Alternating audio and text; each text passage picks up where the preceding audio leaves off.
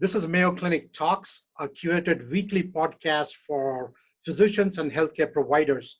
I'm Amit Ghosh, an internal medicine physician at the Mayo Clinic in Rochester, Minnesota. We are fighting one of the biggest crises in the modern era. 2 million cases have been identified. Over 132,000 deaths have happened all over the world.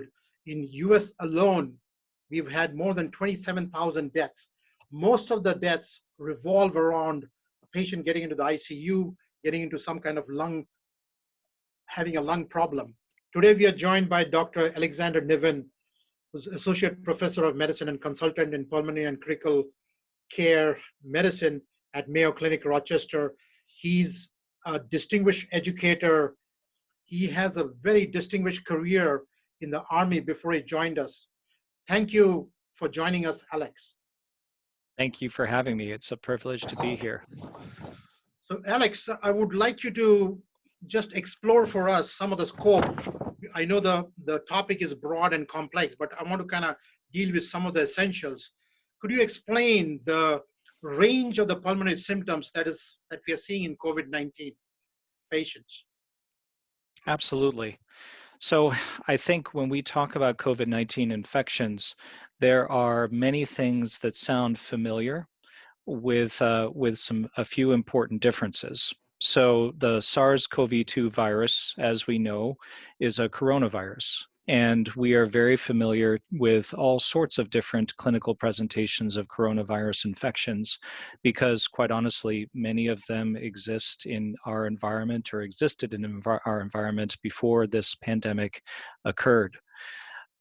I think just to rewind and give just a bit of a general view of what we think about when we think about SARS-CoV-2 and the COVID-19 infection, one of the big reasons why we're faced with a pandemic now is because the viral infection has a long prodromal phase that we think may last up to a week, where people are largely asymptomatic but still infectious. But once the symptoms do start, there are a number of very classic signs that honestly are very similar to other viral infections that we expect. So fever is common, present in somewhere between 77 and 98% in the latest thing that I've read. Cough is a very common clinical finding in over a half to 2/3 of individuals who present, and that cough can either be non-productive or productive of various degrees and appearances of sputum.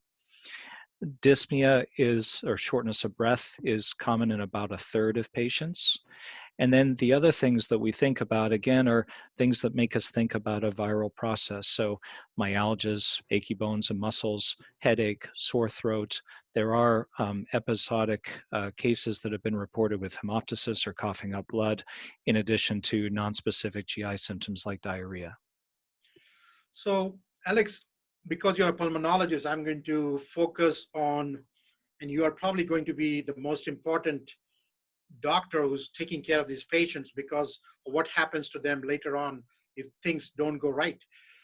What is the difference between the dyspnea, which is reported in COVID patients, from other causes of infection? Why is dyspnea important in this case, or serious in this case? And does it always mean that once a patient has dyspnea, they would require hospitalization or ICU treatment? Yeah, so the short answer to that is no, because I think if we put every patient with a COVID infection who had dyspnea in the hospital or in the ICU, our health system would be even more overwhelmed than it is in many areas of the country and, quite honestly, the world as well. We do know that there are certain patient populations that have increased risk of clinical deterioration and progression to respiratory failure. Although the clinical characteristics of that phenotype is still in evolution because we're learning more information about this disease all the time, the risk factors that at least have been described out there in the literature is older age, although there certainly are a number of cases now of younger patients with very severe disease that have emerged in ongoing reports. Male gender may be a little bit of a predisposing factor, and whether that's an independent factor itself or a reflection of the higher prevalence of underlying cardiac or pulmonary conditions in many older males. Sort of settings of or other risk factors that we think about include either absolute or relative states of immune compromise. So certainly cancer patients on chemotherapy, other immune compromising conditions, or simply poorly controlled diabetes is on this list. And in addition to cancer and of course the related therapies with that. So, you know, the challenge or the patients that we particularly worry about with dyspnea are the patients who have developed symptoms, have now had their symptoms for a little bit of time, and then develop progressive increasing respiratory complaints and deterioration of their respiratory status. So hypoxemia, you know, worsening respiratory distress. Those are the individuals who are at particularly high risk. We think that some of this time course of respiratory progression is perhaps related to the COVID-19 infection itself and some of the unique characteristics of this virus and the inflammation that it causes in the lungs. I think the prevalence of co-infections with other respiratory viruses, perhaps getting a little bit less common now that we're moving into the later spring, but early on in this, there was a lot of question about the risk of co-infection between influenza and COVID-19. And then certainly, just like other viral infections, we worry about the risk of bacterial superinfection, so or superimposed bacterial pneumonia on top of the COVID pneumonia. So this becomes a very complicated situation very quickly. So it's interesting that you mentioned that even though the patient could be having COVID for 3-4 days, and then the dyspnea, they could have a low level of shortness of breath, and then they suddenly could decompensate at the 4th day or 5th day. But there are some reports now of decompensating at about the 2nd day, and we don't know whether they went undiagnosed prior to that for a couple of days. So why is this? And I've also read about this cytokine storm, which they're saying is the reason for decompensation. Is that what's going on? Yeah, so I think the question, the answer to that is maybe. Certainly, we know that patients, when they present with moderate to severe COVID or symptoms associated with COVID infections, have very high levels of inflammation. Looking at the typical inflammatory parameters that we see.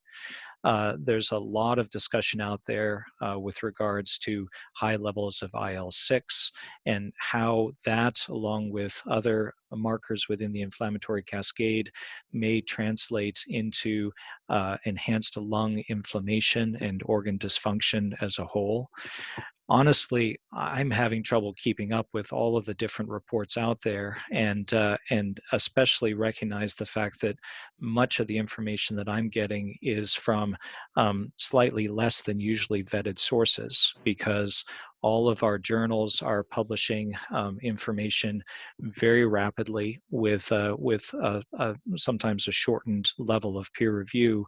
And then, of course, I think we all are subject to the explosion of information on social media and other sort of non-official sources that help to inform our understanding of the different observations that people are having.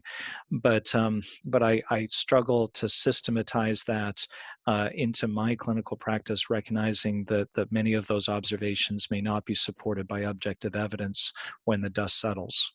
So some of the inflammatory markers that you mentioned, IL-6, but I've also seen ferritin being measured on a regular basis, and procalcitonin there's something about procalcitonin coming out probably later in the course of the illness rather than earlier. Yeah, so certainly we have some experience looking at common inflammatory markers like C-reactive protein and ferritin, both of which are markedly elevated, along with the IL-6 that you described. Most of our experience with that has been drawing these markers as part of ongoing clinical trials, looking at different treatments. So I know that within the Mayo Clinic enterprise, we actually have slightly different algorithms in terms of the frequency of testing and the spectrum of testing that we're performing in our different sites. We, I think, have taken a little bit more of a conservative approach here at Rochester, mainly recognizing some of the significant workflow and infection control issues that can go along with frequent blood draws, and trying to strike a reasonable equipoise between discovery and helping to characterize these individuals with COVID-19 infections, identify the phenotypes that predispose them to clinical deterioration, especially progressive respiratory failure and ARDS. And then obviously understanding these phenotypes will also help us to better identify who is the best candidate and will benefit best from the many different therapies that currently are under clinical investigation. So I apologize for dodging the question a little bit. I think this is all very much a moving target. So we've been working very closely with our infectious disease colleagues in the intensive care units and on the wards, and much of the testing when it comes to inflammatory markers have been driven by, again, the clinical trials that we are actively trying to enroll patients in so that we can understand this disease as rapidly as we can and have higher quality evidence to help guide our diagnostic and treatment decisions. So there's a lot coming out in literature about the CT scans and chest X-rays. I know in Mayo we don't do routine CT scans of lung of COVID, but is there something characteristic if I were to show you a CT scan or an X-ray of a patient with COVID-19, which would be different from the previous illness like SARS or influenza or our typical lobar pneumonia? Are there typical patterns or are they similar? Yeah, so actually there are some sort of characteristic features that we often refer to, although to speak frankly, many of the findings are relatively nonspecific and associated with many other viral infections. But since we have a new set of guidelines that was just published by the Fleischner Society within the last several days, I thought it might be worthwhile just to review the key points from those guidelines, especially for those frontline providers who are seeing these patients, I think, all the time. So there was so the Fleischner Society is a collaborative society that includes chest physicians and radiologists from and with a true international presence and reputation. And so they just published a set of guidelines that basically included three essential points. So the first point is that that imaging is not indicated in patients with suspected COVID-19 infections who have mild symptoms, unless they're at significant risk for disease progression. And then the argument is perhaps just to establish a baseline for further reevaluation should they clinically deteriorate. The reasoning behind that is because the chest X-ray findings of COVID, especially early in the illness, are relatively nonspecific, and chest radiographs in and of themselves are pretty insensitive early in the disease course. When changes are present, really you see bilateral patchy infiltrates, which in and of themselves are relatively nonspecific and difficult to distinguish in terms of an infectious or perhaps even another source like heart failure or something else along those lines. The other reason why the Fleischner Society is recommending against routine chest X-rays in patients with mild symptoms is because they're not particularly actionable. So those individuals are largely going to be treated supportively anyway. And by ordering those chest X-rays, we're creating a whole layer of complexity from an infection control standpoint when it comes to potentially exposing other patients, healthcare workers, and then the personal protective equipment that has been so popularized, the challenges with our supply chain with that. We want to preserve that as much as possible.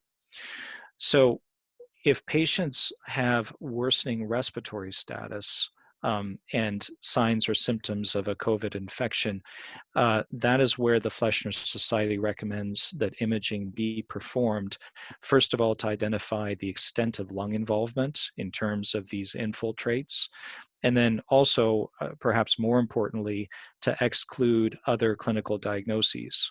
We know that dyspnea is one of the most common reasons why people present to an outpatient clinic, and is extremely common in patients who present to an emergency department or admitted to the hospital. And that shortness of breath can come from certainly COVID-19, but it can also come from heart failure, lobar pneumonia, pulmonary emboli. And so we can't think about our common differential, or we can't forget about our common differential diagnosis for dyspnea in these patients. Chest X-ray is the first starting off point for that. And then certainly CT imaging can help with this as well. So CT scans are probably a little bit more sensitive than any other tests that we have to detect lung involvement from COVID. What's been described is these patchy ground glass infiltrates that can occur within the first week of infection, and then over time will coalesce, so sort of blend together, and often are subpleural, so sort of on the periphery of the lungs, on the outside close to the chest wall, and more frequently in the lower lobes. So certainly those things can be helpful if you're thinking about a COVID infection. I think there was a little bit of a flurry early on in terms of use of CT scans for screening. That was before we had ready availability for COVID testing, and that is not something we should be thinking about anymore. But CT scans can also help to, again, exclude other clinically significant things that we worry about in patients with COVID infection.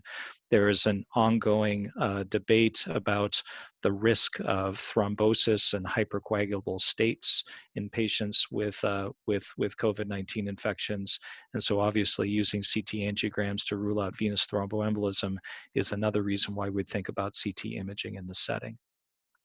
I guess the last thing, just to highlight the third element on the Fleischner guidelines, they talk about using imaging to help stratify or triage patients in resource-limited settings where the results of COVID testing may be delayed. Fortunately, that has not been the case, at least in this area. But when you have limited ICU resources, for example, using a chest X-ray to help stratify individuals with more significant parenchymal disease, in addition to other physiologic data, may help us to decide, which patients would benefit most from that precious ICU bed that's left. And to complicate it, a patient with COVID-19 could have all the above, could have heart failure going on, and also could have a pulmonary embolism because of the thrombotic effects of COVID. They have coagulation disorders as well as they are immobile. So a lot of it is quite a challenge for all of us, especially frontline critical care pulmonary, to kind of differentiate. And that may be the reason to do CT scan and follow up from. You could probably not have it one day and the next day it might show something different. So my question would be, you have a large experience of managing patient with ARDS, pneumonia, flu. Why is it that the world over there's so much talk about if the patient gets into the respiratory crisis, the prognosis is so much worse? Is it traditionally that patients who develop lung problems get that kind of prognosis, or there is something unique about COVID which makes their prognosis bad, especially if they have some of those comorbid illnesses? Yeah, well, as with most of the rest of these topics that we've been discussing, I think this is a subject in evolution, but I can certainly share with you my understanding of the experience that's out there up to this point. So I think that first and foremost, it's important to stress the fact that respiratory symptoms in COVID in the initial clinical presentation can be unreliable. So you had referred earlier to the fact that there are a number of case reports of patients who present, look relatively clinically stable, have some degree of physiologic derangement, and then rapidly decompensate despite the best tests that we have. And honestly, identifying those patients is still a challenge. And I think you've highlighted the complexities of the disease with regards to the lung involvement, the potential heart involvement. There's a well-documented incidence of myocarditis and predominantly systolic dysfunction in these patients. And then also the risk of a hypercoagulable state and either pulmonary microvascular dysfunction or pulmonary thromboses. And so I think really to answer your question, why is respiratory failure so significant in COVID patients? I think it's the hypoxemia, the degree of the hypoxemia, and its duration, especially when we're dealing with a pandemic with large numbers of patients presenting to medical facilities all at once. And then those facilities are struggling to deal with the burden of respiratory failure, the number of patients who are there, and honestly, the amount of technology that they require for support, be it nasal cannula oxygen, high flow humidified oxygen, or high flow nasal cannula is the other thing that people refer to it as. Non-invasive ventilation, where we use CPAP or BiPAP, a mask to help support people both with oxygenation and ventilation, and then of course invasive mechanical ventilation.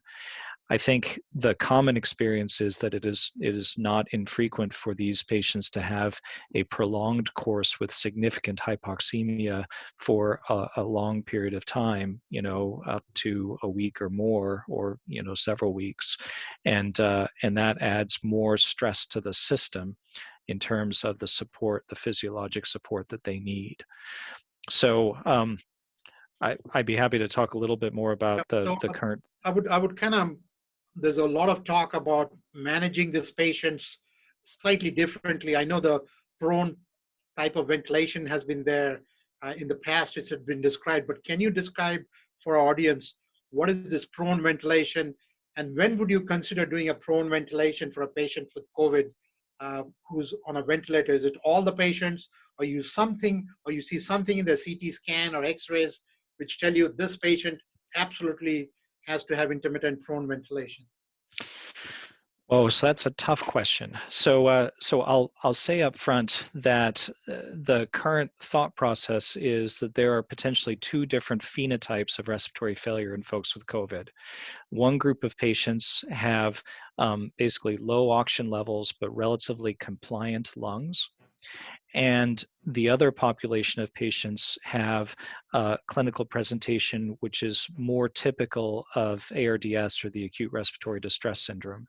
And again, just to review for our audience, the ARDS is a clinical syndrome that we typically characterize using the Berlin definition, which is diffuse infiltrates on chest X-ray, significant hypoxemia that we stratify using a PaO2 over FiO2 ratio of less than 300, and severe ARDS typically is a PaO2 over FiO2 ratio of less than 100. And then these findings are not due to heart failure. So in those patients, classically the ARDS patients, we have some very time-honored strategies that make a difference in the setting. That includes early intubation, lung rest using low tidal volume ventilation, typically 4 to 6.5 cc's per kilo, controlling the pressure that the lungs see, the transpulmonary pressure, through a variety of different things, measuring plateau pressure or maybe driving pressure, and then usually a higher level of PEEP. There's been a lot of debate about whether or not this traditional strategy should be employed in the first phenotype group of patients, the folks who are hypoxemic but compliant, in the lungs. And that, I think, is still a moving target and something, a practice that we need to inform with more data. So at least in our clinical practice, we are sticking very closely with the established ATS ERS guidelines in terms of ARDS management for these individuals. Prone positioning, which that you were asking about before, is basically a way to help improve the matching of the ventilation and perfusion matching, so the mixing of oxygen and ventilation in the alveoli and lung perfusion. We know that when we put people on their stomachs, that their ventilation perfusion matching improves. And we also splint their chest wall, which when you're on a ventilator allows more effective transmission of that positive end expiratory pressure, helps pop open the alveoli and helps them to participate in gas exchange. Now, traditionally, we've reserved proning for the patients with severe ARDS because, quite honestly, the clinical trials, and there's been a number of them looking at proning, have only shown a benefit in those patients. Now, you see a lot of reports out there in terms of patients who are providers who are proning patients with much milder forms of ARDS and patients who aren't intubated, who are on non-invasive ventilation and high-flow nasal cannula. And although those anecdotes are interesting, I think it's important to underline the fact that they are not evidence-based at this point. Certainly, there's reasons why you might consider it. I've heard some anecdotes out of New York in the setting of ventilator shortages, where patients have been positioned in the prone position to potentially delay their need for mechanical ventilation.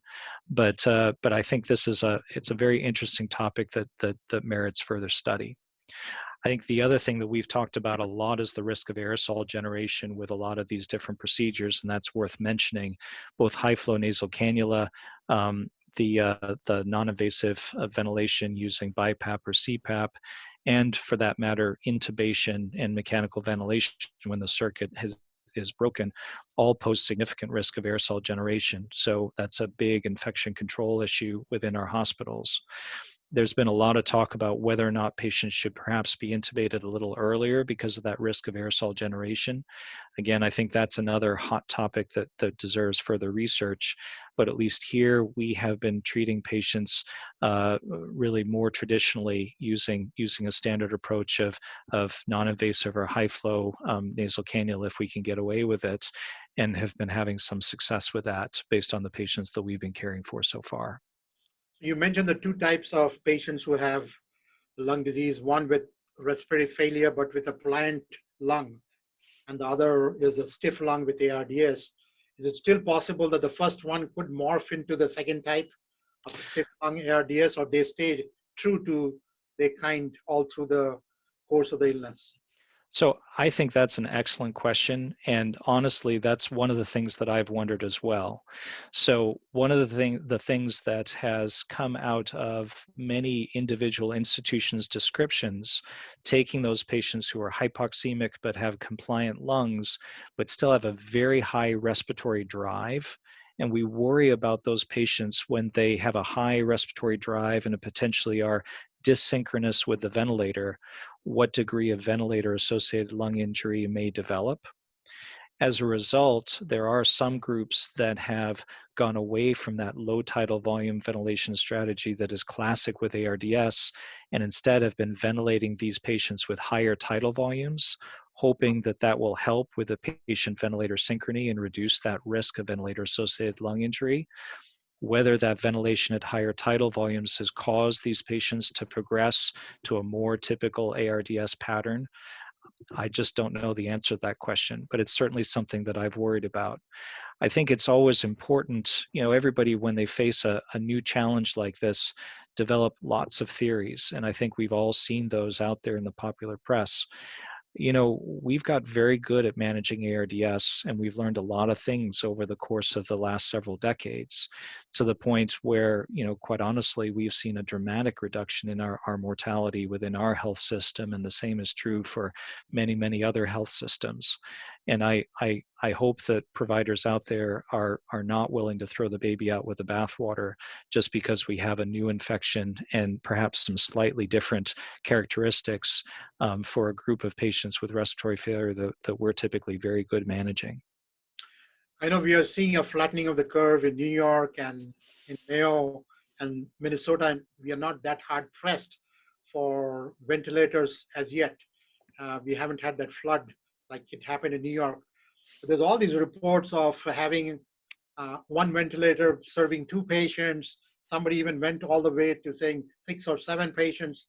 Do you think that's possible? It's feasible? All these aerosols and chance of infection, it seems to be multiplying with these methods.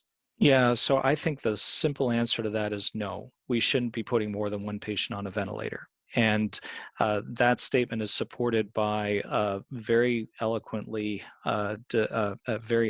Quad Society statement that was published about a week and a half ago that one of our respiratory therapists, Steve Holitz, was a co-author on. The concept here is that a ventilator, for all the bells and whistles, is a pretty simple device. It pushes air into a patient's chest, and that air will go down the pathway of least resistance.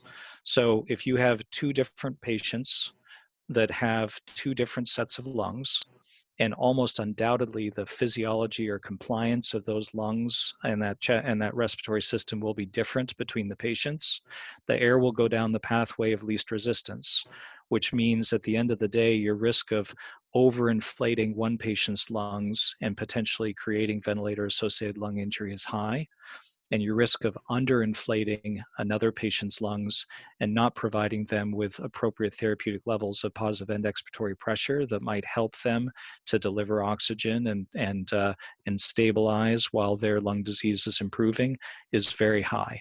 So honestly, I think that there's really no way to manage all of those different dynamic variables, and that's the reason why the consensus statements have come out so strongly against it. Thank you for that, Alex. Now, when we are managing in ICU or traditional ARDS patients, you're going, seeing them, coming. But this is a very unique, highly infectious aerosols, chance of getting infected, PPE. What are you seeing in the front lines in ICU? The requirements for PPE and just the need of changing and gowning and taking off and regowning. There seems to be a lot of activity which does not happen in any illness that I know of. Yeah, no, I think that's well put. I think so. My last time in the ICU was 3 weeks ago, just when we were starting to see COVID patients coming into our system, and I can tell you that the infection control precautions that we talk about, the donning and the doffing of personal protective equipment, and of course, I should backtrack here a second and just highlight the fact that we worry about COVID transmission through 3 potential avenues. So we worry about COVID transmission through contact. So we know that the virus can exist on surfaces and remain viable for a period of time. We worry about droplets, basically traveling through the air and landing mainly on our mucous membranes and the potential for transmission there. And that's the reason why we're wearing masks all over the place right now. And then certainly when we talk about high flow oxygen or high flow air, like you see in many different states in the ICU with high flow nasal cannula, non-invasive ventilation and intubation and invasive mechanical ventilation when you break the circuit, that can generate aerosols, which are smaller, finer particles that can travel not just in the upper respiratory tract, but move down into the lung, into the lower respiratory tree. So when most of our patients who are, receiving continuous aerosol generating procedures, like the different things that I've just described, our nurses, respiratory therapists, and physicians are getting dressed in gowns, gloves, typically an N95 mask or a positive air pressure respirator or PAPR device. And that's for any sort of high or medium risk aerosol generating procedure, of which all of those oxygen delivery things that I've just described fall into. So I think there's a huge time sort of burden with putting those things on and taking them off. We have a buddy system to make sure that those things are done right every time, because that's important from an infection control standpoint. So that's more staff time and resources that are associated with that. And because when we're in a position where a patient is in a room that's closed and there's a lot of aerosol generation, we want to minimize staff going in and out of the room on a regular basis. We've developed a lot of different workflow adaptations to minimize that. So consolidating testing, minimizing unnecessary testing as much as possible, having an additional staff member who can help to interact and take care of things who's outside of the room. We've been using different technology solutions like the InTouch system that has allowed us to communicate back and forth through the glass more effectively with the nurses and respiratory therapists who are in the room. And we've also been working to adapt our technology for things like putting our ventilator controls outside of the room so that we can minimize the number of people having to go in and out for ventilator checks and things along those lines. So that's a short description that I don't think does anywhere near the justice to the tremendous stress and strain that we're placing, especially on our frontline nurses and respiratory therapists who are caring for these patients.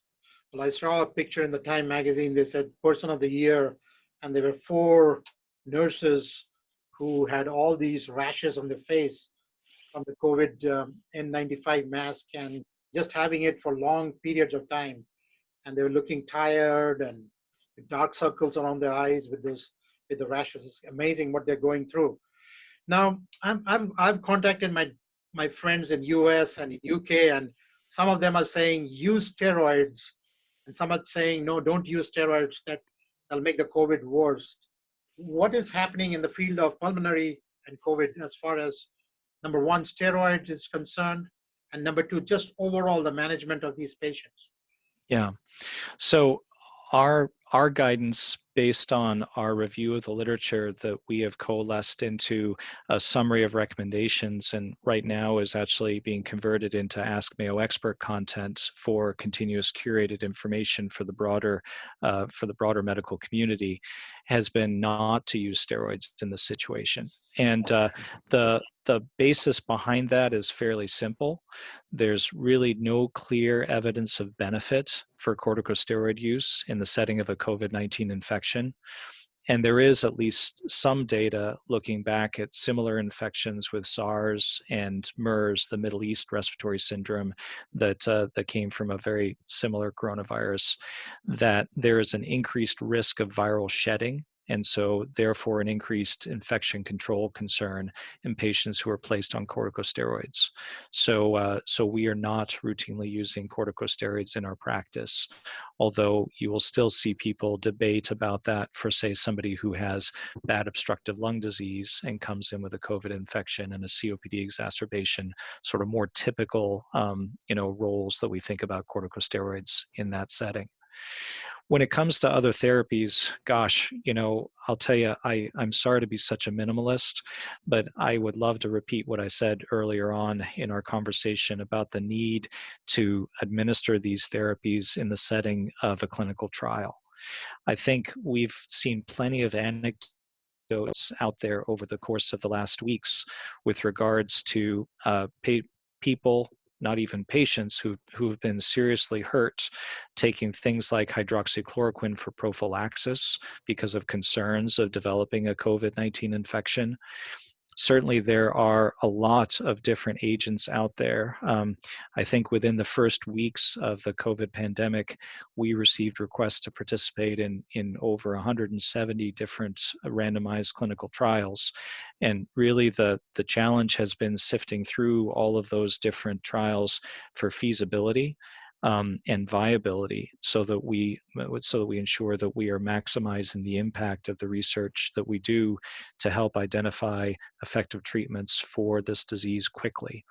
So we are not treating any patients without the collaborative consultation of our infectious disease colleagues, with the primary goal of maximizing the chances of enrolling these patients so that we can understand what's best for them.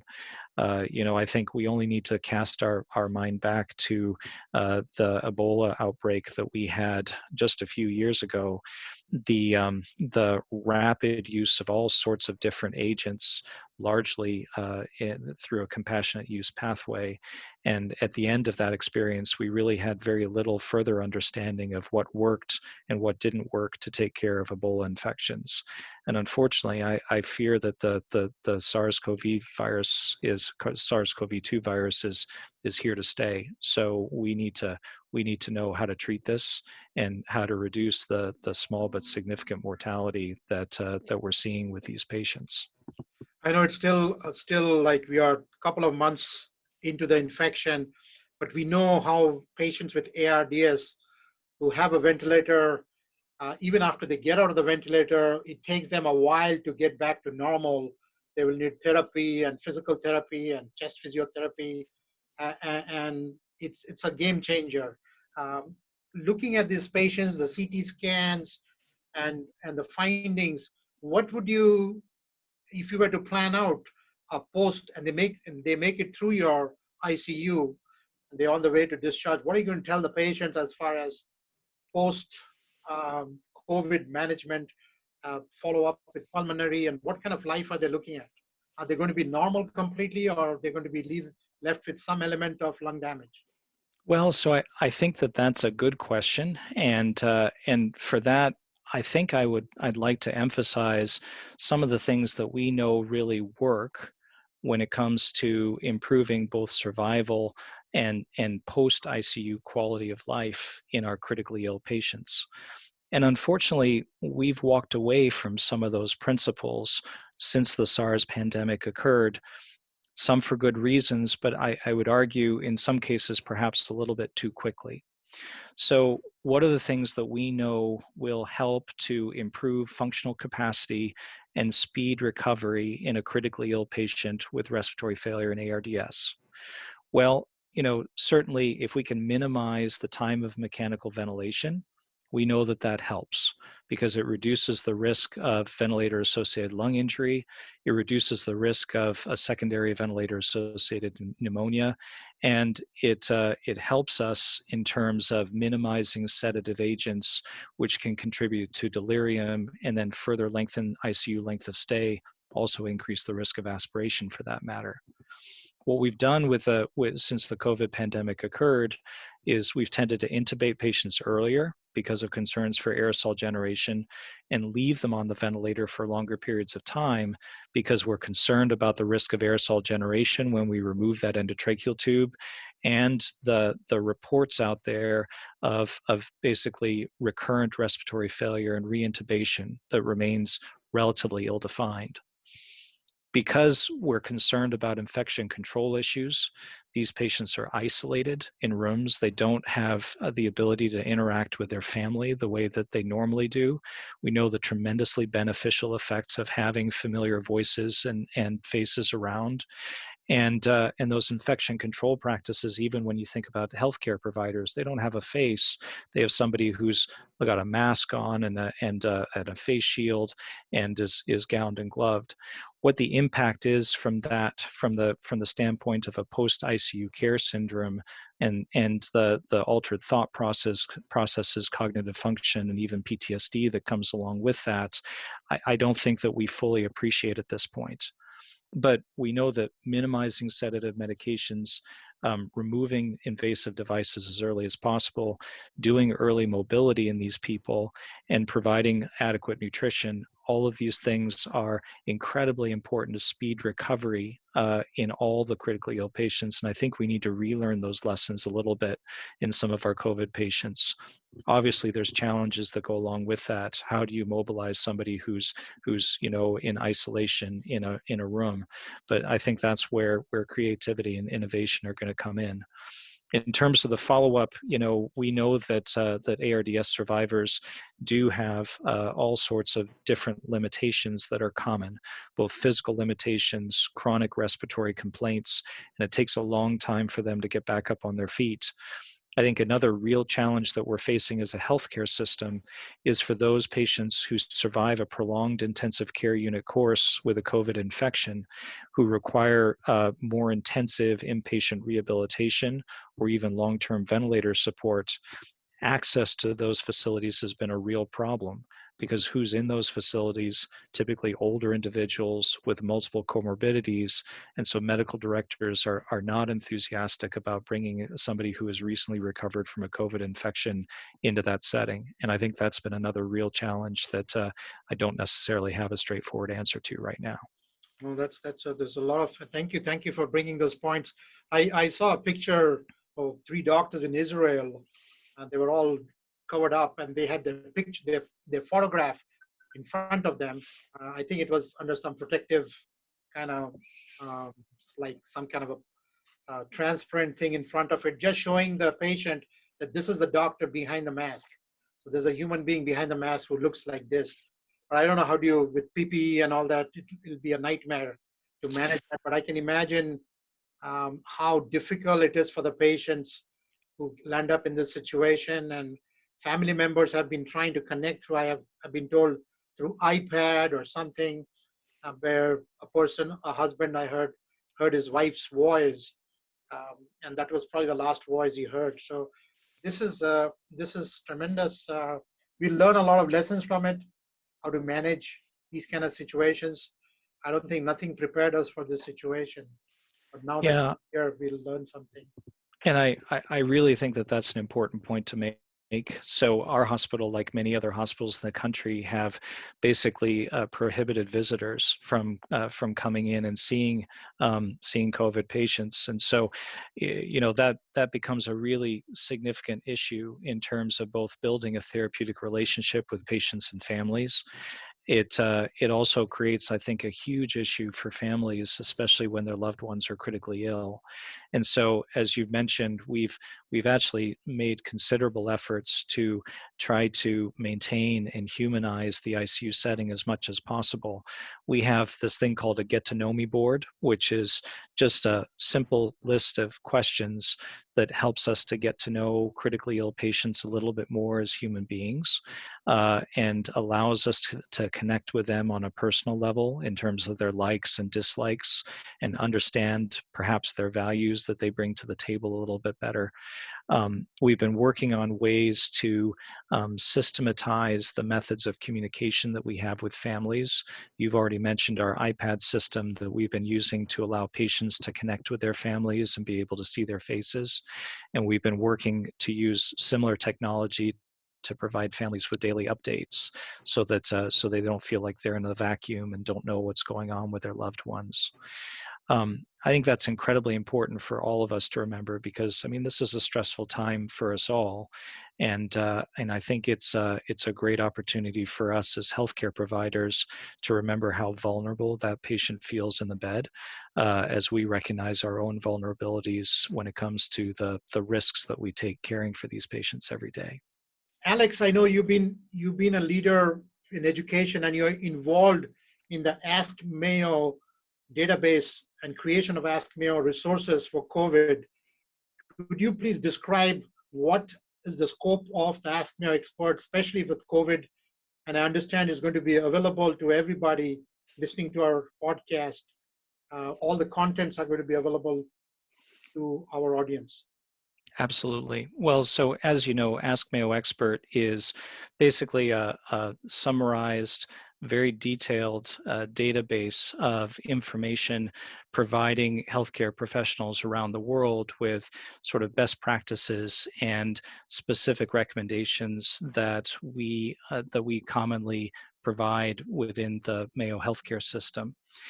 Given the fight against COVID, and we've already talked on this conversation about the challenges in identifying and curating high quality information with all of the different unique experiences that are coming from all sorts of vetted and less well vetted information sources, the Mayo Clinic felt it was very important to have a high quality curated source of information that is updated on an ongoing basis and synthesizes the explosion of medical literature that is coming out relative to COVID-19. So in a very exciting initiative, there is a group of us who have partnered with the editorial board of AskMe Expert to help synthesize and curate this content based on continuous scoping reviews that are being facilitated out of the Kern Center for Healthcare Delivery. And so this material went live this week and will continue to be updated. And as you said, will be available not only to individuals within the Mayo Clinic Care Network, but also for the broader audience, recognizing the importance of rapid dissemination of best practices as they're identified. Yeah, no, it is something which we have never planned, thought of, and now we are faced with this situation. Hopefully, this might come back in some form, milder. Even if it comes, I think we'll be better prepared. I'm just making a guess. I mean, I can't imagine how you can be challenged in the ICU setting with a situation which affects every element of ICU care and pitches one person against the other, one doctor against the other, social distancing, physical distancing. The technology has helped us tremendous, like what you said. And so working in this new environment as we go ahead, optimizing the situation, that'll be the next innovation, I'm sure, getting all this digitalized, wireless, having absolutely one doctor working with a nurse in a seamless fashion, which is happening at present, but suppose it's as chaotic as it's in New York, how do you manage that situation by smoothly? So I think there's going to be a lot learning, but that's not the problem now. Right now, we are just dealing with this crisis. I thank you for the excellent answers to our question. We've been talking about the pulmonary complications of COVID-19 with Dr. Alexander Niven, who's a consultant in pulmonary and critical medicine at the Mayo Clinic in Rochester. We learned from Dr. Niven that there's a lot of complexity in every aspect, and how critical monitoring of the patient once they get in the ICU is important, because they have different types of lung injuries requiring different types of management. We also learned that all patients with dyspnea don't need to come, and they can be monitored sometimes by telemonitoring and remote monitoring system, and they don't need to overwhelm the ER system. We also learned that there is no immediate reason for doing a chest X-ray or a CT scan, but because the complexity of these cases, apart from COVID and pneumonia and lung injury because of COVID, they could also have heart failure, they could have pulmonary embolism, thereby complicating their case and requiring this additional testing. So I thank Dr. Alex Niven. Any last thoughts? You've been there, you've seen how it interacts. It looks like there's so many things going on, not only the patient, but you rightly mentioned the patient's family. As a human being there, we want to connect. And then the post-discharge care of these patients, which seem to be a complex endeavor given the limitations that you've said. And going forward, there's going to be a large number of patients who will require this care. We have to get our thoughts together on how to manage them, but that is probably a different talk. Yeah. But any last thoughts? So I did want to hit on something that you just said there with regards to the fact that this is going to be a marathon and not a sprint. And certainly we hope that we'll find a vaccine that will reduce the risk and the prevalence of these viral infections. But this is something that is still going to place a significant stress on not just our healthcare system, but our society for some time. I think that for me, you mentioned up front that I'm a retired Army officer, and so my feelings as we've been going through this pandemic, watching the preparedness and then starting to fight the war, has been very similar to the experiences that I've had in past deployments. And I think for me, one of the messages that I wanted to leave the healthcare providers who are listening to this call is to think about ways to maximize their performance for the long term.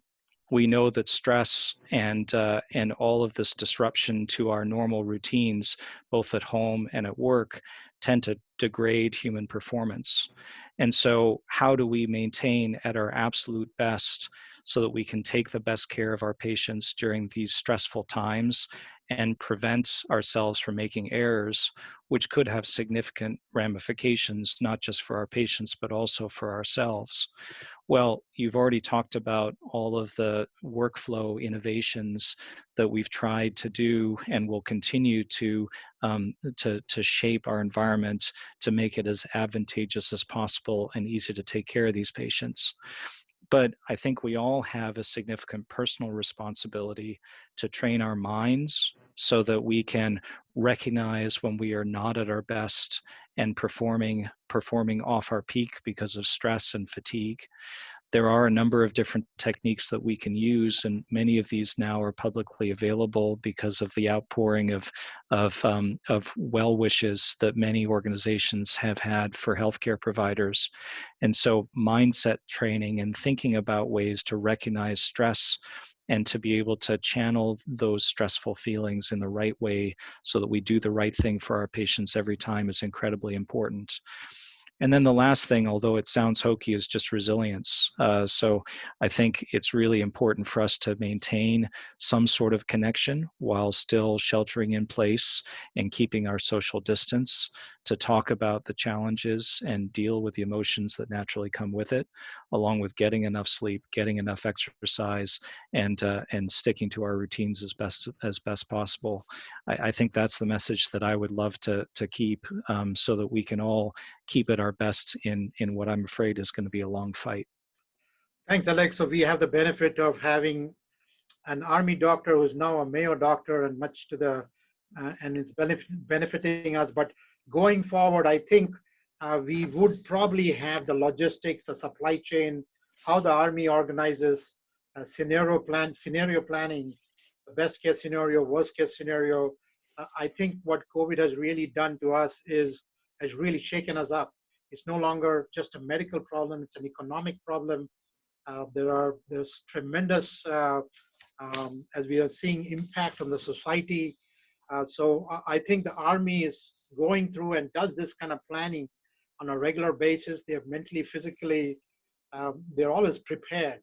Not to underscore what we do here, but I think that kind of mindset is going to come, and we'll have to prepare ourselves as the medical personnel, physically, mentally, and by resilience, to say that the post-COVID phase, and I'm optimistic in saying post-COVID because we're still in the COVID phase right now, but I'm optimistic that we'll make through it. But post-COVID phase, our way we approach medicine with telemedicine, working as teams, scenario planning, PPE. I've never heard so much discussion on PPE, and the innovations which revolve around remote monitoring, limiting infection. That's going to be very important. Thank you, Alex. We will continue to bring you updates on the situation of COVID as events unfold. If you have enjoyed the Mayo Clinic podcast, please subscribe, stay healthy, and see you back next week.